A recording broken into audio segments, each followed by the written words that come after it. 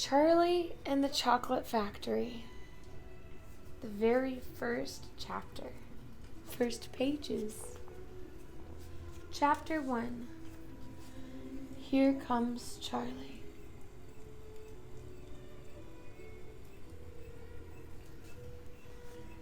These two very old people are the father and mother of Mr. Bucket. Their names are Grandpa Joe and Grandma Josephine.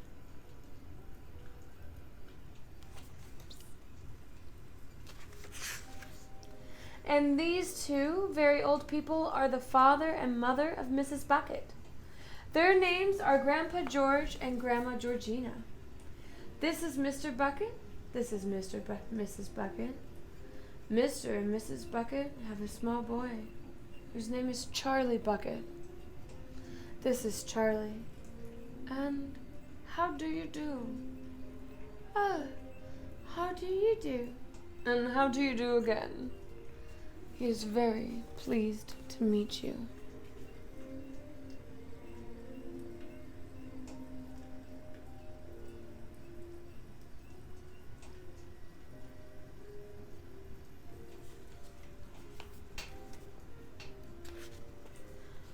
The whole of his family, the 6 grown-ups, count them, and little Charlie lived together in a small wooden house on the edge of a great town. The house wasn't nearly large enough for so many people, and life was extremely uncomfortable for them all. There were only 2 rooms in the place altogether, and there was only 1 bed. The bed was given to the 4 old grandparents because they were so old and tired. They were so tired, they never got out of it. Grandpa Joe and Grandma Josephine on this side, Grandpa Joe and Grandma Georgina on this side. Mr. and Mrs. Bucket and little Charlie Bucket slept in the other room, upon mattresses upon the floor. In the meantime, this wasn't too bad, but in the winter, freezing cold drafts blew across the floor all night long, and it was awful. There wasn't any question of them being able to buy a better house, or even 1 more bed to sleep in. They were far too poor for that. Mr. Bucket was the only person of the family with a job. He worked in a toothpaste factory where he sat all day at a bench and screwed the little caps onto the tops of the tubes of toothpaste after the tubes had been filled. But a toothpaste cap screwer is never paid very much money, and poor Mr. Bucket, however hard he worked and however fast he screwed on the caps, was never able to make enough to buy 1/2 of the things a family so large needed. There wasn't even enough money to buy proper food for them all. The only meals they could afford were bread and margarine for breakfast, boiled potatoes and cabbage for lunch, and cabbage soup for supper. Sundays were a bit better. They all looked forward to Sundays because then, although they had exactly the same, everyone was allowed a second helping. The Buckets, of course, didn't starve, but every one of them, the 2 old grandfathers, the 2 old grandmothers, Charlie's father, Charlie's mother, and especially little Charlie himself, went about from morning till night with a horrible empty feeling in their tummies. Charlie felt it worst of all. And although his father and mother often went without their own share of lunch or supper so that they could give it to him, it still wasn't nearly enough for a growing boy.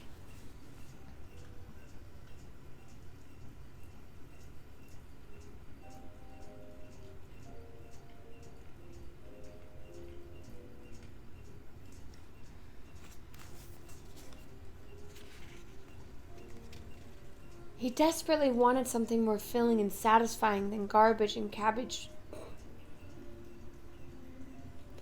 He desperately wanted something more fulfilling and satisfying than cabbage and cabbage soup. The one thing he longed for more than anything else was chocolate. Walking to school in the mornings, Charlie could see great slabs of chocolate piled up high in the shop windows, and he would stop and stare and press his nose against the glass, his mouth watering like mad. Many times a day he would see other children taking creamy candy bars out of their pockets and munching them greedily, and that, of course, was pure torture. Only once a year on his birthday did Charlie Bucket ever get to taste a bit of chocolate. The whole family saved up their money for that special occasion, and when the great day arrived, Charlie was always presented with one small chocolate bar to eat all by himself.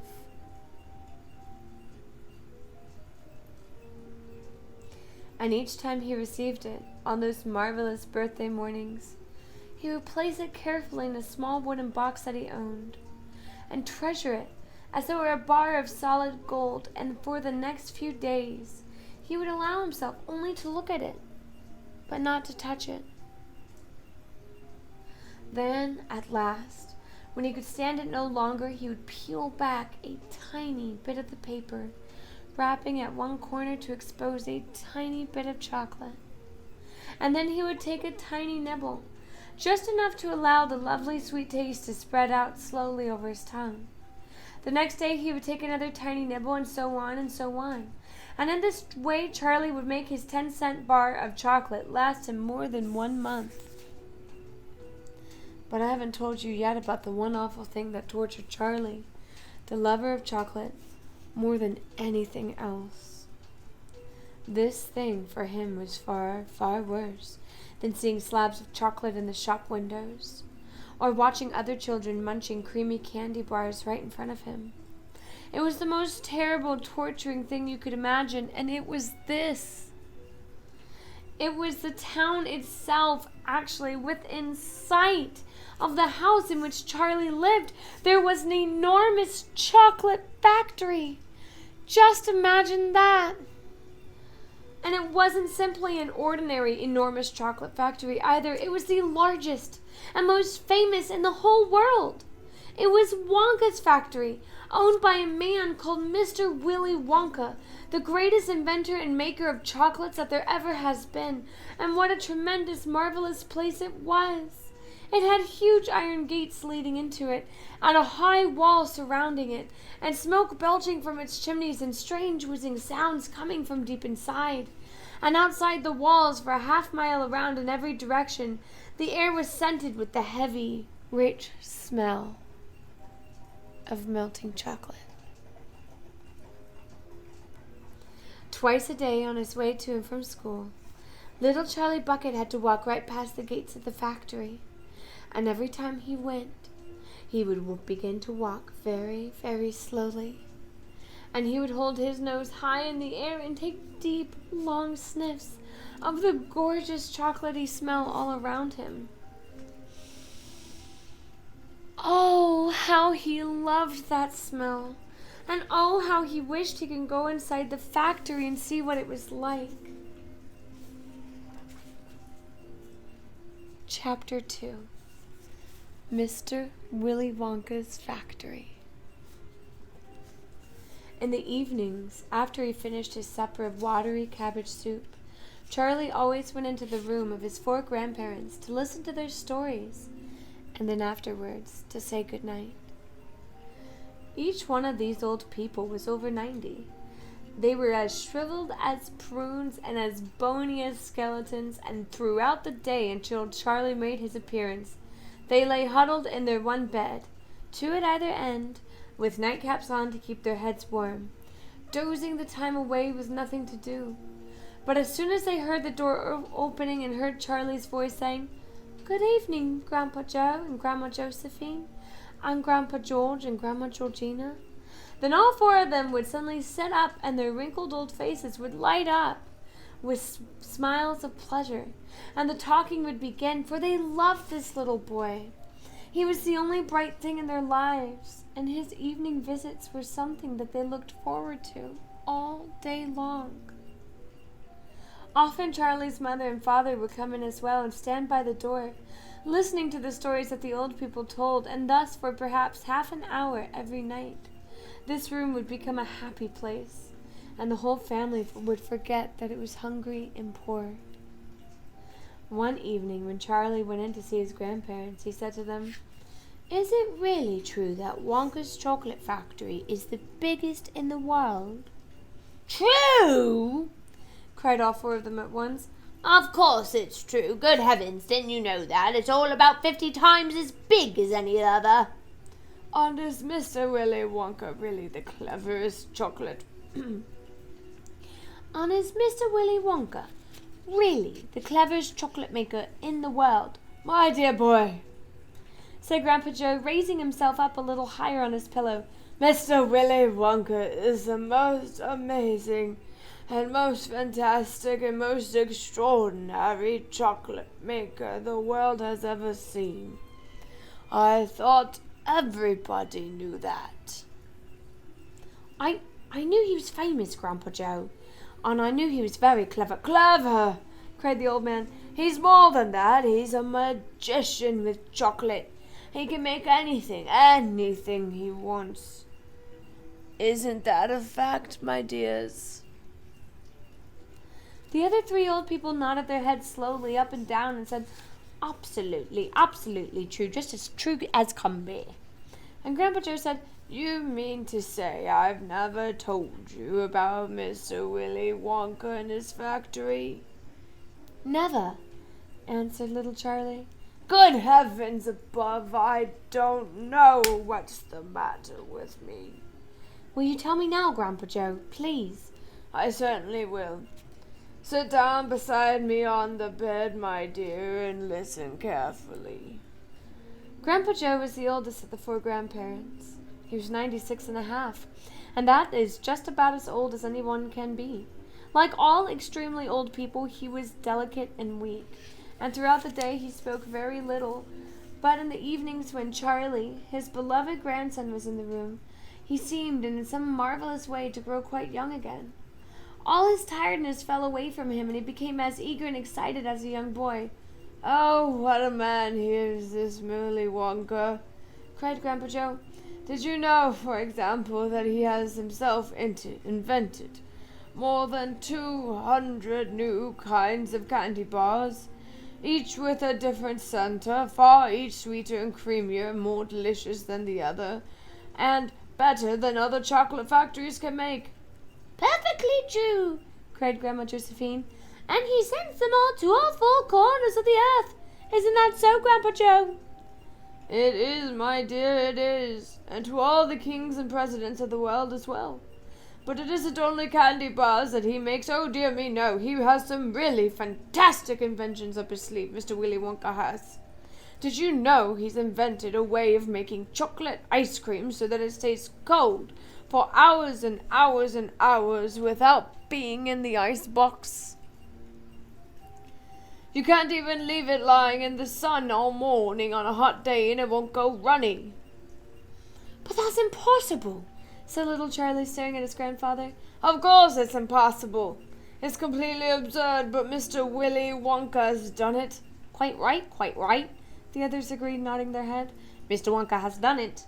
And then again, Grandpa Joe went on speaking very slowly now so that Charlie would not miss a word. Mr. Willy Wonka can make marshmallows that taste of violets, and rich caramels that change color every 10 seconds as you suck them, and little feathery sweets that will melt deliciously the moment you put them between your lips. He can make chewing gum that never loses its taste, and candy balloons that you can blow up to enormous sizes before you pop them with a pin and gobble them up. And by a most secret method, he can make lovely bluebird eggs with black spots on them.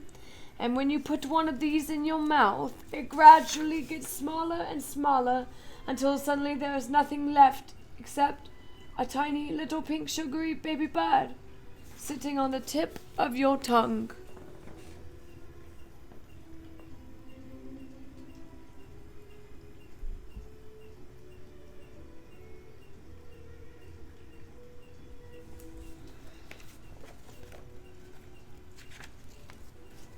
Grandpa Joe paused and then ran the point of his tongue slowly over his lips. It makes my mouth water just thinking about it, he said. Mine too, said little Charlie.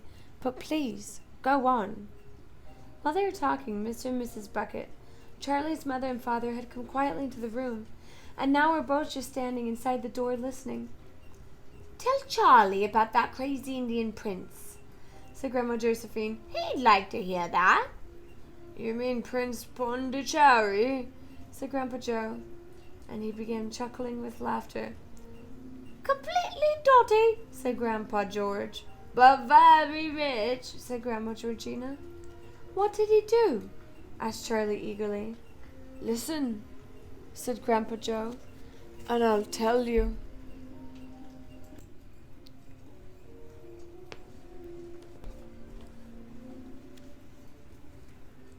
Chapter 3.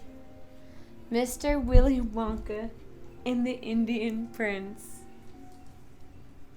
"Prince Pondicherry wrote a letter to Mr. Willy Wonka," said Grandpa Joe, "and asked him to come all the way out to India and build him a colossal palace entirely made out of chocolate."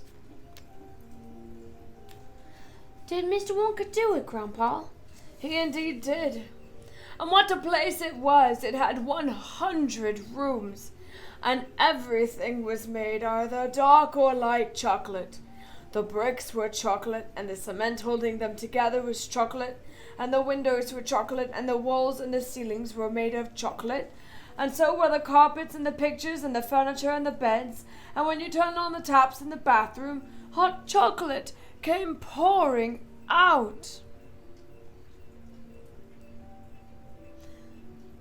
When it was all finished, Mr. Wonka said to Mr. Prince Pondicherry, "I warn you, though it won't last very long, so you'd better start eating it right away." "Nonsense!" shouted the prince.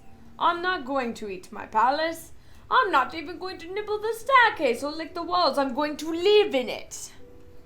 But Mr. Wonka was right, of course, because soon after this, there came a day with a very hot, boiling sun, and the whole palace began to melt, and then it sank slowly to the ground, and the crazy prince, who was dozing in the living room at the time, woke to find himself swimming around in a huge, brown, sticky lake of chocolate.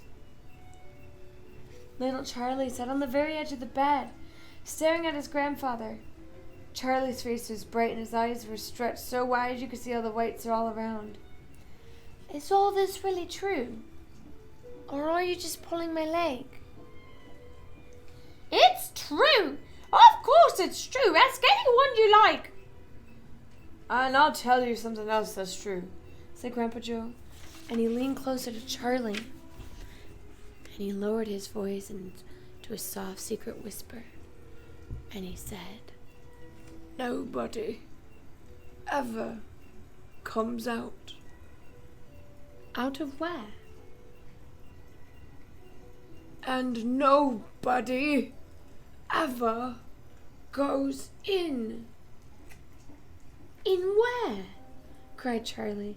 "Wonka's factory, of course." "Grandpa, what do you mean?" "I mean workers, Charlie."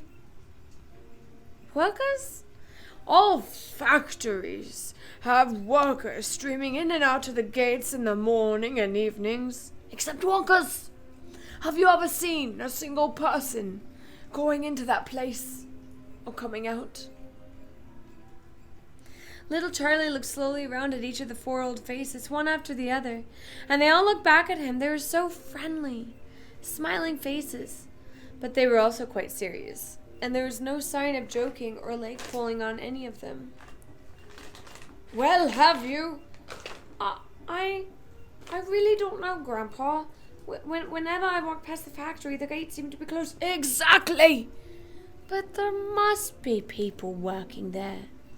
"Not people, Charlie. Not ordinary people." "Then who?"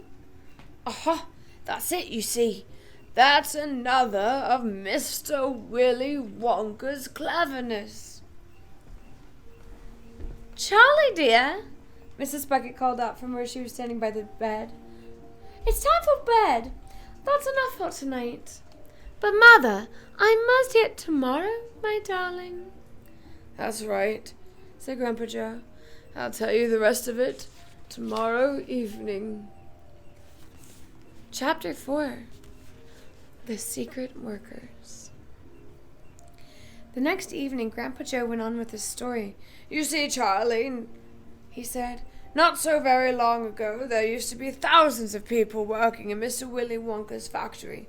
Then one day, all of a sudden, Mr. Wonka had to ask every single one of them to leave, to go home, to never come back." But why? "Because of spies." Spies? "Yes.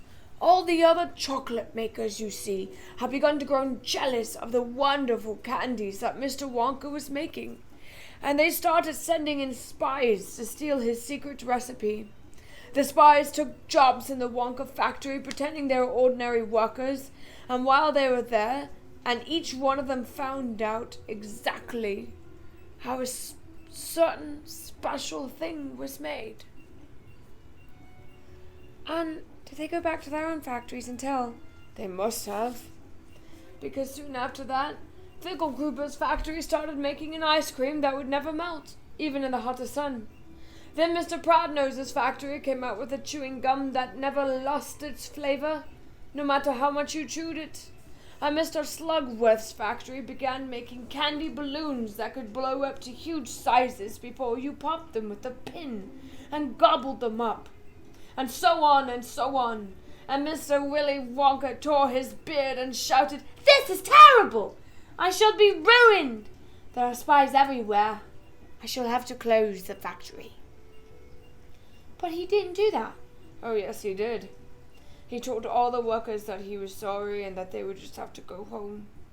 Then he shut the main gates and fastened them with a chain, and suddenly Wonka's giant factory became silent and deserted.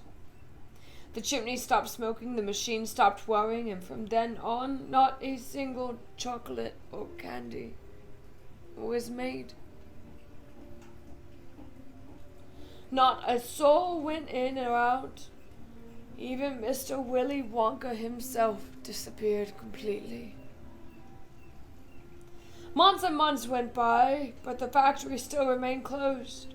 And everybody said, "Poor Mr. Wonka, he was so nice, and he made such marvelous things.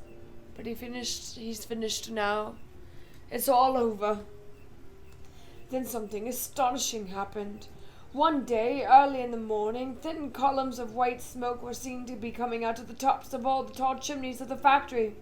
People in the town stopped and stared. "What's going on?" they cried. "Someone lit the furnaces. Mr. Wonka must be opening up again." They ran to the gates, expecting them to see them wide open, and Mr. Wonka standing there to welcome his workers back. But no, the great iron gates were still locked and chained as securely as ever. Mr. Wonka was nowhere to be seen. "But the factory is working," the people shouted. "Listen, you can hear the machines. They're all whirring again, and you can smell the smell of melting chocolate in the air." Grandpa Joe leaned forward and laid a bony finger on Charlie's knee, and he said softly, "But most mysterious of all, Charlie, were the shadows of the windows of the factory. The people standing on the street outside could see small, dark shadows moving about behind the frosted glass windows." "Shadows of who?" said Charlie quickly. "That's exactly what everyone else wants to know." "The place is full of workers," the people shouted. "but nobody's going in. The gates are locked up. It's crazy. Nobody ever comes out either."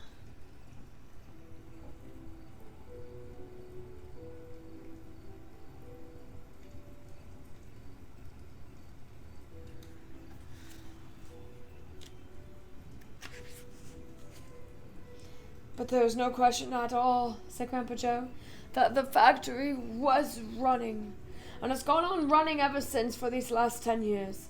What's more, the chocolates and candies it's been turning out have become more fantastic and delicious all the time. And now, of course now, when Mr. Wonka invents something new in some wonderful candy, neither Mr. Fickelgruber, nor Mr. Podrose, nor Mr. Slugworth, nor anybody else is able to copy it. No spies can go into the factory and find out how it is made." "But Grandpa, Who is Mr. Wonka using to do all the work in the factory? Nobody knows, Charlie. But that's absurd! Hasn't someone asked Mr. Wonka? Nobody sees him anymore. He never comes out. The only thing that comes out of that place are chocolates and candies. They come out through a special trapdoor in the wall, all packed and addressed, and they are picked up every day by post office trucks. But Grandpa, what sort of people are they that work there? My dear boy, that is one of the great mysteries of the chocolate-making world. We know only one thing about them. They are very small. The faint shadows that sometimes appear behind the windows, especially late at night when the lights are on, are those of tiny people. People no taller than my knee. There aren't such people, Grandpa, Charlie said. And just then Mr. Bucket, Charlie's father, came into the room. He had come home from the toothpaste factory and was waving an evening newspaper rather excitedly. Have you heard the news? He cried. He held out the paper so that they could read the huge headline. The headline said, "Wonka Factory to be opened at last! To lucky few."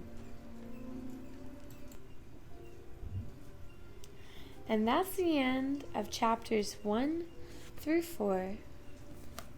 Charlie and the Chocolate Factory.